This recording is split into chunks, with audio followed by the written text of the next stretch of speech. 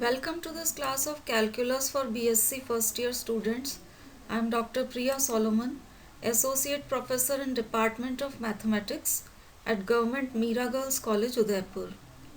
आज के लेक्चर में हमारा टॉपिक ऑफ डिस्कशन रहेगा एसिम्प्टोट्स या अनंत स्पर्शियाँ। सबसे पहले हम देखेंगे कि एसिम्प्टोट या अनंत स्पर्शी किसे कहते हैं। अनंत स्पर्शी जैसा कि नाम से स्पष्ट है, ऐसी रेखा होगी जो वक्र को जाके अनंत पर स्पर्श करे। तो अब इसकी डेफिनेशन देखिए। जब किसी वक्र का कोई बिंदु P वक्र के अनुदिश अनंत की ओर चले और ऐसा होने पर किसी सरल रेखा से P की लंबवत दूरी 0 की ओर प्रवृत्त हो, तो वह सरल रेखा वक्र की अनंत स्पर्शी कहलाती है। जैसे आप डायग्राम में देख सकते हैं। डायग्राम पे अगर हम यहाँ कोई पॉइंट लेते हैं P, तो अब आप देखिए P की लंबवत दूरी आप x एक्सिस से देखें, यहाँ पर इतनी है। अब आप वक्र पर आगे की तरफ चलें, P को अगर हम यहाँ लेते हैं तो ये परपेंडिकुलर डिस्टेंस या लंबवत दूरी कम हो गई है, और आगे आप जाएंगे तो लंबवत दूरी या परपेंडिकुलर डिस्टेंस और कम होता जा रहा है। जितना आप आगे चलेंगे perpendicular distance from x axis कम होता जा रहा है। तो बिंदु जब वक्र के अनुदिश अनंत की ओर चल रहा है, तो इस केस में हमारी ये जो एक्स एक्सिस है, इससे आप कर्व पे पॉइंट लेते हैं P, इसकी लंबवत दूरी कम हो रही है और कम होते होते ये 0 की ओर प्रवृत्त है, लगातार कम होती जा रही है। तो ultimately it is tending to 0।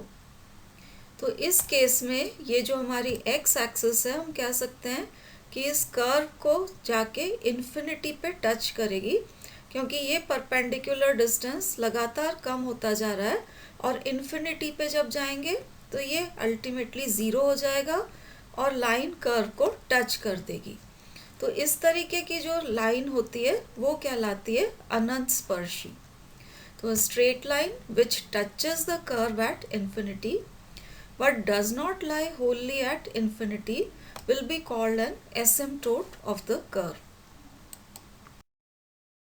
अब हम देखेंगे किसी कर्व की मैक्सिमम नंबर ऑफ एसिम्प्टोट्स कितनी हो सकती है। तो अगर कर्व आपका nth डिग्री का है, maximum number of asymptotes will be n. So an algebraic curve of degree n cannot have more than n asymptotes. अब asymptotes जो हम निकालते हैं वो हो सकता है कि x एक्सिस या y एक्सिस के पैरेलल हो या नहीं भी हो। तो सबसे पहले हम asymptotes पैरेलल टू एक्सिस जो होती हैं उनको निकालने का तरीका देखेंगे।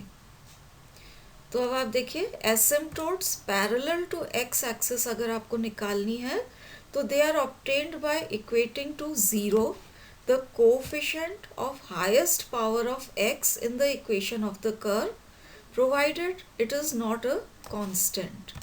मतलब जो आपको कर्व का इक्वेशन दे रखा है उसमें आप देखिए कि हाईएस्ट पावर ऑफ एक्स कितनी है।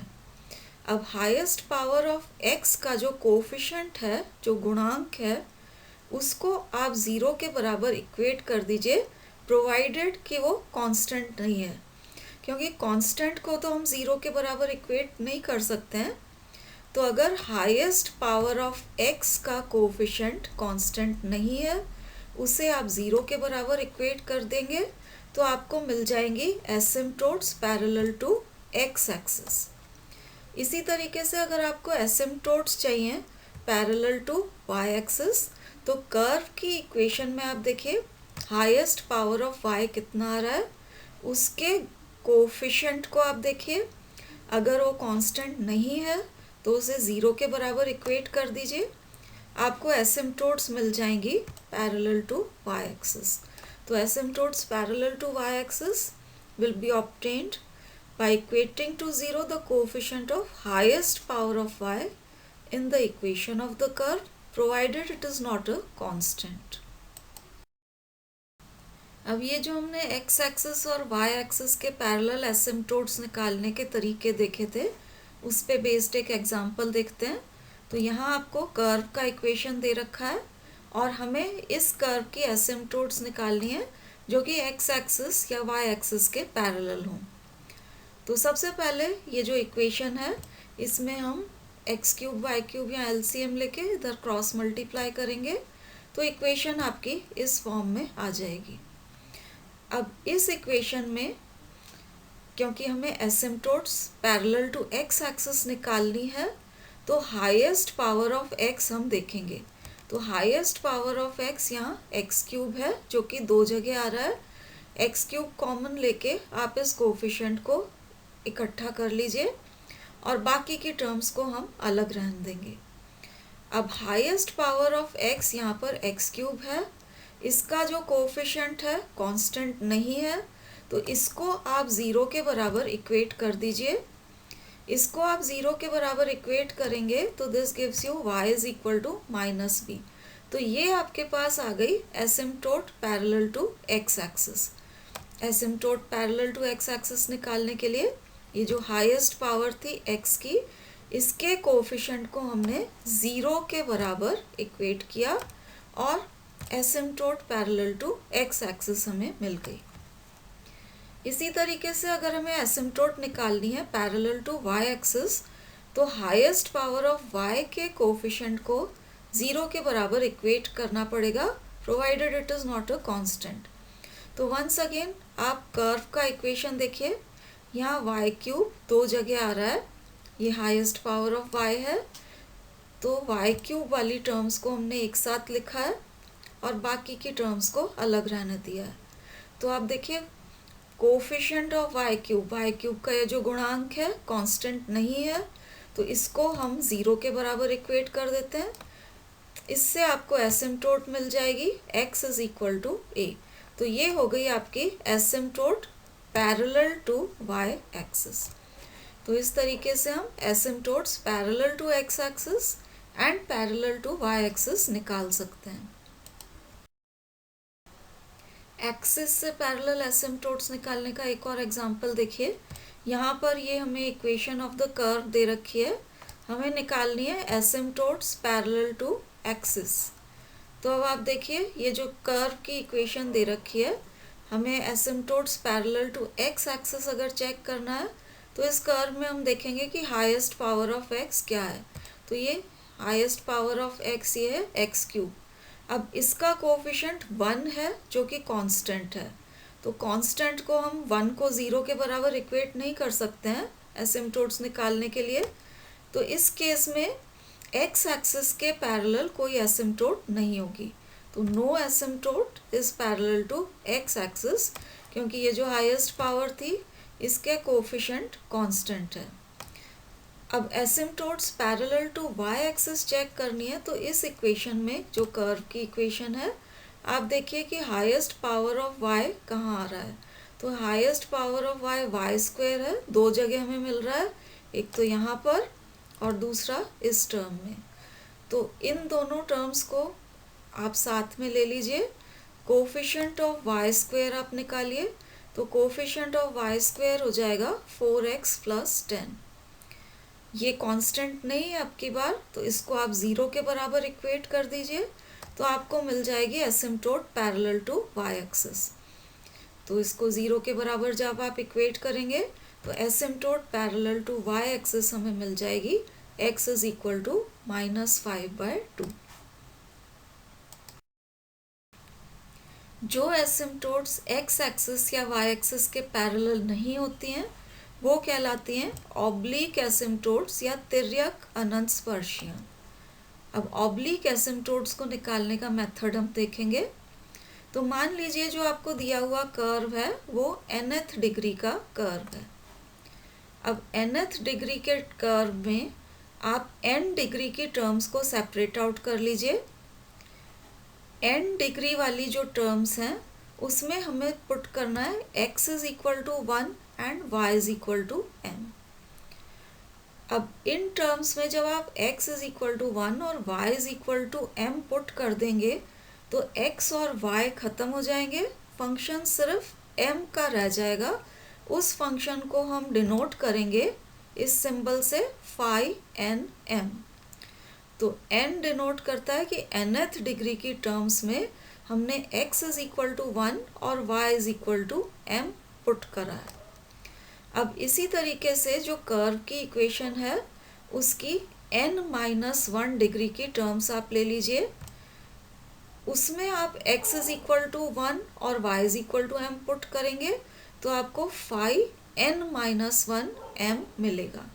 तो this is obtained by putting x is equal to 1 and y is equal to m in terms of degree n-1 in the equation of the curve. इसी तरीके से आप phi n-2m, phi n-3m etcetera निकाल सकते हैं।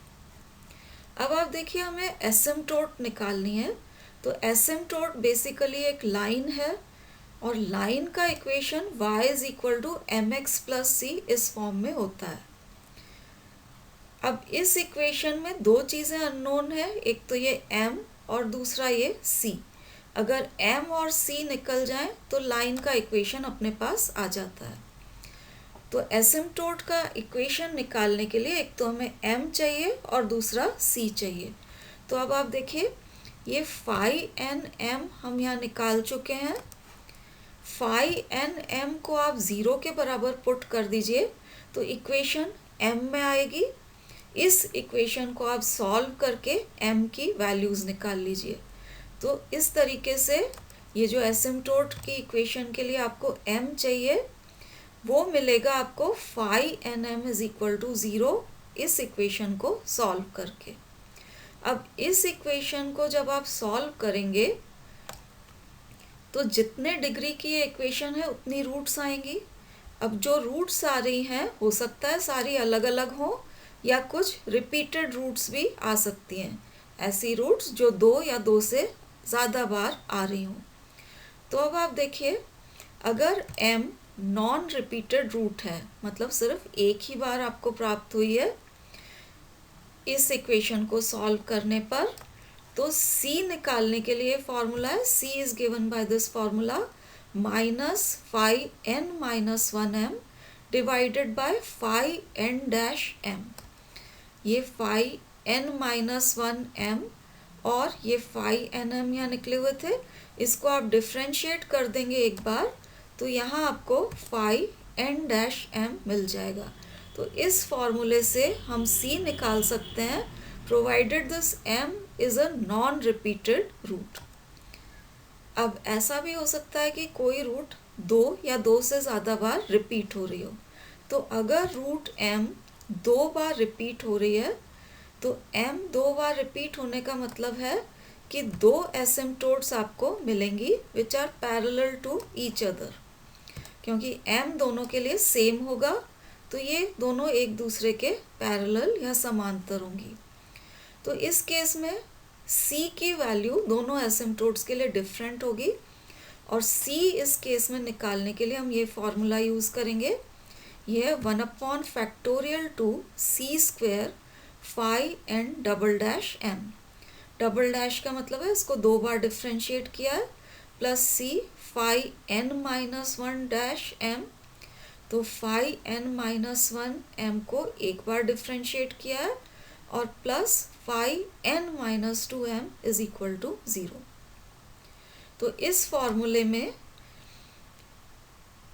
हम phi n-2m, phi n-1 dash m and phi n double dash m की value substitute करेंगे तो आपको c में क्वाड्रेटिक इक्वेशन मिलेगी। उसको सॉल्व करके आप c की 2 वैल्यूज़ निकाल सकते हैं। इसी तरीके से अगर कोई रूट 3 बार रिपीट हो रही है तो 3 एसिम्प्टोट्स आएंगी पैरेलल टू ईच अदर और c की 3 वैल्यूज़ निकालने के लिए हम इस रिलेशन को यूज़ करेंगे। तो अब आप देखिए 3 वैल्यूज़ हैं तो यहाँ 1/3 c cube phi n triple dash m हो गया plus 1/2 c square phi n-1 double dash m plus c phi n-2 dash m and plus 5n-3m is equal to 0। तो यहाँ पर आप ध्यान दीजिए कि अगर 3 रूट्स हैं तो यहाँ 1/3 c क्यूब आएगा। फिर ये जो 5nm है इसको 3 बार डिफ्रेंशिएट करके आप स्टार्ट करेंगे। उसके बाद आप देखिए डिनोमिनेटर में ये फैक्टोरियल जो आ रहा है नीचे, फैक्टोरियल 3 के बाद फैक्टोरियल 2, देन यहाँ पर फैक्टोरियल 1, इस तरह से चलेगा। c की पावर एक एक कम होती जाएगी, c क्यूब के बाद c², then c to the power 1, c to the power 0। और यहाँ पर आप देखिए 5n 3 बार डिफ्रेंशिएट हुआ है, 5n-1 2 बार, 5n-2 एक बार डिफ्रेंशिएट हुआ है, और ये आपके पास 5n-3 आया है। तो बाय सिमेट्री आप इस फॉर्मूले को याद रख सकते हैं, और जितनी बार रूट रिपीट हो रही है उसके अकॉर्डिंग इस टाइप का फॉर्मूला लगा के c की वैल्यू निकाल सकते हैं। अब हम एग्जाम्पल देखेंगे कि ऑब्लिक एसिम्प्टोट्स कैसे निकाली जाती हैं। तो ये एग्जाम्पल देखिए, कर्व का इक्वेशन हमें यहाँ पर दे रखा है, इसकी हमें एसिम्प्टोट्स निकालनी है। तो एसिम्प्टोट्स निकालने के लिए जब भी कहा जाता है, सबसे पहले हम पैरेलल एसिम्प्टोट्स के लिए चेक करते हैं, मतलब ऐसी एसिम्प्टोट्स जो एक्स एक्सिस या वाई एक्सिस के पैरेलल हों। तो उसके लिए एक्स एक्सिस के पैरेलल एसिम्प्टोट्स आपको देखनी है। तो हाईएस्ट पावर ऑफ एक्स देखिए एक्स क्यूब है, लेकिन इसका कोफिशिएंट 1 है जो कि कांस्टेंट है, इसलिए एक्स एक्सिस के पैरेलल कोई एसिम्प्टोट नहीं होगी। अब हाईएस्ट पावर ऑफ वाई देखिए, ये पाई क्यूब है, इसका कोफिशिएंट भी 1 है जो कि कांस्टेंट है, इसलिए वाई एक्सिस के पैरेलल भी कोई एसिम्प्टोट नहीं होगी। So there are no asymptotes parallel to x axis और वाई एक्सिस। अब हम ऑब्लिक एसिम्प्टोट्स के लिए चेक करेंगे। तो अब आप देखिए, सबसे पहले क्योंकि इक्वेशन 3 डिग्री की है, हम निकालेंगे phi 3m। अब phi 3m निकालने के लिए आपको जो कर्व की इक्वेशन है उसमें देखना पड़ेगा कि 3 डिग्री की टर्म्स कौन कौन सी हैं। तो एक तो ये है, फिर एक्स वाई स्क्वायर, एक्स की पावर 1 वाई की 2, तो मिलके डिग्री 3 हो गई। यहाँ x की पावर 2 और y की पावर 1, तो अगेन मिलके इस टर्म की डिग्री 3 है, और ये एक्स क्यूब, तो ये 4 टर्म्स हैं 3 डिग्री की। अब इन टर्म्स में x is equal to 1 and y is equal to m आप पुट करिए। तो y is equal to m put करेंगे तो ये हो जाएगा m क्यूब। यहाँ x is equal to 1 and y is equal to m put करिए तो ये हो जाएगा -m²। फिर ये हो जाएगा -m, और यहाँ x is equal to 1 put करेंगे तो +1। तो ये आपका phi 3m आ गया by putting x is equal to 1 and y is equal to m in terms of degree 3। इसी तरीके से phi 2m आपको निकालना है। तो आप सेकेंड डिग्री की टर्म्स देखेंगे, ये 2 टर्म्स हैं सेकेंड डिग्री की, इसमें x is equal to 1 and y is equal to m आप पुट कर दीजिए तो ये phi 2m आ गया है 1 -m²। phi 1 निकालना है तो फर्स्ट डिग्री की टर्म में x is equal to 1 and y is equal to m put करेंगे, लेकिन जैसा आप यहाँ देख सकते हैं कर्व की इक्वेशन में 1 डिग्री की कोई टर्म नहीं है, इसलिए phi 1m will be equal to 0। अब आप देखिए ये phi 3m जो अपने पास आ गया था, इसको आप एक बार डिफ्रेंशिएट करेंगे विथ रेस्पेक्ट टू m, तो ये आपके पास आ जाएगा phi 3-m। m क्यूब को डिफ्रेंशिएट किया तो 3m², फिर m² को डिफ्रेंशिएट करके 2m, और m को डिफ्रेंशिएट किया तो ये 1। एक बार और डिफ्रेंशिएट करेंगे तो phi 3-m आपको मिल जाएगा, इसको डिफ्रेंशिएट कर लीजिए तो ये हो गया 6m - 2। इसी तरीके से ये जो phi 2m आपके पास आया है, इसको आप डिफ्रेंशिएट करेंगे तो आपको phi 2-m मिल जाएगा, जो कि इस केस में है -2m के बराबर।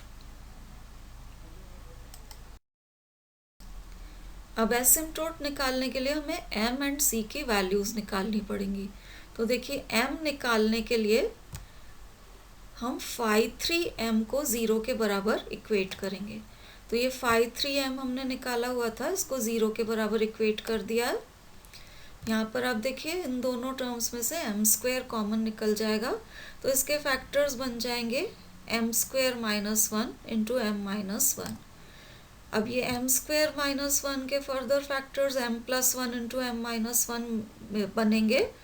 तो आपके पास m की 3 वैल्यूज आ जाएंगी, -1, 1 एंड 1। अब यहाँ -1 नॉन रिपीटेड रूट है, ये एक ही बार आ रही है, और ये आपकी रूट जो है 2 बार रिपीट हो रही है। तो non repeated root m is equal to -1 के कॉरस्पॉन्डिंग c निकालने के लिए हम इस फॉर्मूले को यूज़ करेंगे। c is equal to -phi n minus 1m divided by phi n dash m। अब क्योंकि हमारी जो कर्व की इक्वेशन थी 3rd डिग्री की थी, तो यहाँ पर n इज इक्वल टू 3 रहेगा। तो n इज इक्वल टू 3 आप यहाँ लेंगे, तो ये हो गया phi 2 m upon phi 3 dash m। और क्योंकि हम m इज इक्वल टू -1 के लिए निकाल रहे हैं, तो ये m इज इक्वल टू -1 आप यहाँ सब्सटीट्यूट कर दीजिए। अब phi 2m हमने निकाला हुआ था, उसमें आप m is equal to -1 substitute करेंगे, तो phi 2m की वैल्यू आप देख सकते हैं 0 के बराबर है, इसलिए इस केस में c की वैल्यू 0 हो जाएगी। अब एसिम्प्टोट होती है y is equal to m x plus c, तो m यहाँ -1 है, c इज इक्वल टू 0 आ गया है, तो एसिम्प्टोट में रख दीजिए y is equal to m x plus c, -x plus 0, या हम कह सकते हैं x plus y is equal to 0। तो ये आपको पहली एसिम्प्टोट मिल गई। अब दूसरी हमारे पास रूट है m इज इक्वल टू 1, जो कि 2 बार रिपीट हो रही है। तो 2 बार रिपीट होने वाली रूट के लिए हम ये वाला फॉर्मूला यूज़ करेंगे। यहाँ पर n इज इक्वल टू 3 आप पुट करिए, तो ये हो जाएगा phi 3 डबल डैश m, फिर phi 2 डैश m यहाँ आएगा, और ये हो जाएगा आपके पास phi 1 m। इन सब की वैल्यूज़ हमने निकाली हुई हैं, आप सब्सटीट्यूट कर दीजिए। तो ये आपके पास phi 3 double dash m, this is phi 2 dash m and phi 1 m is equal to 0 है। तो ये आपके पास रिलेशन आ गया। अब ये क्योंकि हम m इज इक्वल टू 1 के लिए निकाल रहे हैं, तो यहाँ आप further m is equal to 1 substitute कर दीजिए। तो for m is equal to 1 ये इक्वेशन रिड्यूस हो जाएगी इस फॉर्म में c square minus c is equal to 0। अब ये c में क्वाड्रेटिक इक्वेशन है, इसको सॉल्व करके c की 2 वैल्यूज़ आ जाएंगी, पहली 0 और दूसरी 1। अब एसिम्प्टोट होती है y is equal to m x plus c, तो m 1 है और c की ये 2 वैल्यूज़ हैं, तो पहली एसिम्प्टोट हो जाएगी y is equal to m x plus c, 0 है यहाँ, y is equal to 1x plus 0, और दूसरी हो जाएगी y is equal to 1x plus 1। तो ये 2 आपको और एसिम्प्टोट्स मिल गई। तो पहली एसिम्प्टोट हमें मिली थी for m is equal to -1, ये आपकी पहली एसिम्प्टोट थी, और ये आपकी दूसरी 2 एसिम्प्टोट्स आ गई हैं। तो 3rd डिग्री का कर्व था, इसकी 3 एसिम्प्टोट्स हमें मिल गई हैं। nth डिग्री के कर्व की मैक्सिमम n एसिम्प्टोट्स ही हो सकती हैं, तो यही आपके कर्व की तीनों एसिम्प्टोट्स होंगी। एसिम्प्टोट्स निकालने की एक और प्रॉब्लम देखते हैं हम। ये कर्व का इक्वेशन हमें दे रखा है जिसकी हमें एसिम्प्टोट्स निकालनी है। तो सबसे पहले पैरेलल एसिम्प्टोट्स के लिए चेक करेंगे। तो यहाँ आप देख सकते हैं कि y क्यूब का कोफिशिएंट कांस्टेंट है, ये हाईएस्ट पावर ऑफ y है। इसका कोफिशिएंट क्योंकि कांस्टेंट है, इसलिए y एक्सिस के पैरेलल कोई एसिम्प्टोट नहीं होगी। हाईएस्ट पावर ऑफ x ये है x स्क्वायर, इसका कोफिशिएंट y है। अब इसके कोफिशिएंट को आप 0 के बराबर इक्वेट कर देंगे, तो एसिम्प्टोट आ जाएगी which is parallel to x axis. तो asymptote parallel to x axis आएगी y को 0 के बराबर इक्वेट करने पे। तो ये आपकी हो गई asymptote parallel to x axis. Actually y is equal to 0, ये एक्चुअली एक्स एक्सिस का ही इक्वेशन आया है। तो एक एसिम्प्टोट इस कर्व की एक्स एक्सिस होगी। अब क्योंकि कर्व थर्ड डिग्री का है तो हम ऑब्लिक एसिम्प्टोट्स के लिए चेक करेंगे। तो हमने निकाला है फाई 3m।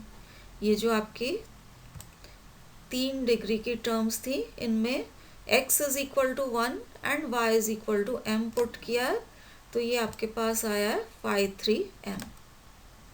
फाई 2m के लिए सेकेंड डिग्री टर्म्स में x is equal to 1 and y is equal to m put करना होता है, लेकिन जैसा आप देख सकते हैं कर्व में सेकेंड डिग्री की कोई टर्म नहीं है, इसलिए phi 2m will be equal to 0। Phi 1m के लिए फर्स्ट डिग्री जो टर्म है, इसमें x is equal to 1 and y is equal to m put करना है, तो x इसमें है नहीं, y is equal to m put करेंगे, तो ये फाई 1m अपने पास आ गया -m के बराबर। अब ये फाई 3m जो है, इसको आप डिफ्रेंशिएट करके फाई 3-m और एक बार और डिफ्रेंशिएट करेंगे तो फाई 3" मिल जाएगा। अब m निकालने के लिए हम फाई 3m को 0 के बराबर इक्वेट करेंगे। तो ये आपका फाई 3m था, इसको 0 के बराबर इक्वेट किया, m कॉमन निकल रहा है और उसके बाद ये क्वाड्रेटिक इक्वेशन बच रही है m में। This is actually m+1 whole square. तो 3 रूट्स हमें मिल गई, m is equal to 0, -1 and -1। ये नॉन रिपीटेड रूट है और ये -1 आपकी रिपीटेड रूट है। तो नॉन रिपीटेड रूट के लिए c इस फॉर्मूले से निकाला जाता है। n इस केस में 3 के बराबर है, तो फॉर्मूला आपका हो जाएगा c is equal to -phi 2m upon phi 3-m। अब यहाँ पर क्योंकि फाई 2m 0 के बराबर था, इसलिए आप सीधे ये कह सकते हैं कि c इज इक्वल टू 0। तो एसिम्प्टोट आएगी आपकी y is equal to mx plus c, तो मतलब y is equal to 0x plus 0। तो ये y इज इक्वल टू 0 आया है, ये वही एसिम्प्टोट आई है जो कि हम यहाँ ऑब्टेन कर चुके थे। अब हम ये जो रिपीटेड रूट है, इनके कॉरस्पॉन्डिंग c निकालेंगे। तो ये देखिए, रिपीटेड रूट के लिए c निकालने के लिए ये वाला फॉर्मूला हम यूज़ करेंगे। इस केस में n इज इक्वल टू 3 है, तो n इज इक्वल टू 3 इस फॉर्मूले में सब्सटीट्यूट करेंगे, तो यहाँ फाई 3" हो जाएगा, ये फाई 2' और ये फाई 1m हो जाएगा। ये वैल्यूज़ हम ऑलरेडी निकाल चुके हैं, तो इनको यहाँ पर हमने सब्सटीट्यूट कर दिया। Phi 3" this is 6m plus 4, phi 2' ये 0 है and phi 1m is -m। अब क्योंकि हम m इज इक्वल टू -1 लेके चल रहे हैं, आप m इज इक्वल टू -1 इसमें आप सब्सटीट्यूट कर दीजिए, तो for m is equal to -1 ये इक्वेशन रिड्यूस होके आपके पास आ जाएगी -c² plus 1 is equal to 0। Quadratic equation है c में, इसको सॉल्व करेंगे तो this gives you c is equal to plus और -1। तो अब आप देखिए c की 2 वैल्यूज आ चुकी हैं, तो एसिम्प्टोट्स का equation y is equal to mx plus c form में लिख लीजिए। m-1 था, तो y is equal to -x plus c की पहली वैल्यू +1 और दूसरी एसिम्प्टोट हो जाएगी y is equal to -x और ये c की दूसरी वैल्यू -1। तो ये 2 एसिम्प्टोट्स हमको मिल गई और पहली एसिम्प्टोट हमें ऑलरेडी मिल चुकी थी, तो टोटल 3 एसिम्प्टोट्स आपको इस कर्व की मिल गई हैं यहाँ। पिछले एग्जाम्पल्स में आपने एसिम्प्टोट्स निकालने का तरीका देखा, लेकिन हर कर्व की एसिम्प्टोट एग्जिस्ट करे ऐसा भी ज़रूरी नहीं है। तो ये अब आप अगला एग्जाम्पल देखिए, यहाँ आपको प्रूव करना है, prove that the following curve has no asymptotes. ये जो आपको कर्व का इक्वेशन दे रखा है, इसके कोई अनंत स्पर्शी विद्यमान नहीं है। तो इस कर्व में सबसे पहले हम पैरेलल एसिम्प्टोट्स के लिए चेक करेंगे। Asymptote parallel to x axis आपको देखनी है, तो आप देखिए कि हाईएस्ट पावर ऑफ एक्स यहाँ पर इन दोनों के मल्टीप्लिकेशन से आएगी x टू द पावर 4। अब x टू द पावर 4 का जो गुणांक है, कोफिशिएंट है, कांस्टेंट है, इसलिए x एक्सिस के पैरेलल कोई एसिम्प्टोट नहीं होगी। अब हाईएस्ट पावर ऑफ y देखिए, वाई स्क्वायर दो जगह आ रहा है, एक तो यहाँ और दूसरा यहाँ पर। तो वाई स्क्वायर की टर्म्स को कलेक्ट करके इसका कोफिशिएंट आप निकालिए, तो ये आएगा एक्स स्क्वायर प्लस ए स्क्वायर। इसको, ये कांस्टेंट नहीं है तो इसको आप ज़ीरो के बराबर इक्वेट करिए। अब ज़ीरो के बराबर इक्वेट कर रहे हैं तो x square is equal to minus a square आ रहा है। इससे आप x निकालेंगे तो x के काल्पनिक मान आपको मिलेंगे, इमेजिनरी वैल्यूज मिलेंगी। तो x क्योंकि इमेजिनरी आ रहा है, इसलिए no asymptote will be parallel to y axis. तो x एक्सिस और y एक्सिस के पैरेलल तो कोई एसिम्प्टोट नहीं है। हम अब ऑब्लिक एसिम्प्टोट्स के लिए चेक करेंगे। उसके लिए 5,4m को 0 के बराबर इक्वेट करिए। तो ये जो फोर्थ डिग्री टर्म्स है, इसमें x is equal to 1 and y is equal to m आपको पुट करना है और 0 के बराबर इक्वेट करना है। तो x is equal to 1 and y is equal to m put करेंगे तो ये आपके पास 5,4m आ गया। m square plus 1 is equal to 0 which gives you m square is equal to -1। अब वंस अगेन इससे आप m निकालेंगे तो m की इमेजिनरी वैल्यूज आएंगी, काल्पनिक मान आएंगे। तो m क्योंकि इमेजिनरी आ गया है, इसलिए इस केस में कर्व की ऑब्लिक एसिम्प्टोट्स भी नहीं होंगी। तो x एक्सिस और y एक्सिस के पैरेलल तो कोई एसिम्प्टोट्स थी ही नहीं, कोई ऑब्लिक एसिम्प्टोट्स भी नहीं है, इसलिए हम कह सकते हैं कि this curve has no asymptotes. आज के लेक्चर में जो हमने एसिम्प्टोट्स निकालने के मेथड्स डिस्कस किए हैं, उनको यूज़ करके आप सब तरह के एसिम्प्टोट्स निकाल सकते हैं। लेकिन इन मेथड्स के अलावा भी कुछ मेथड्स होते हैं जिनसे आप एसिम्प्टोट्स निकाल सकते हैं। वो मेथड्स हम अपने अगले लेक्चर में डिस्कस करेंगे। Thank you for watching.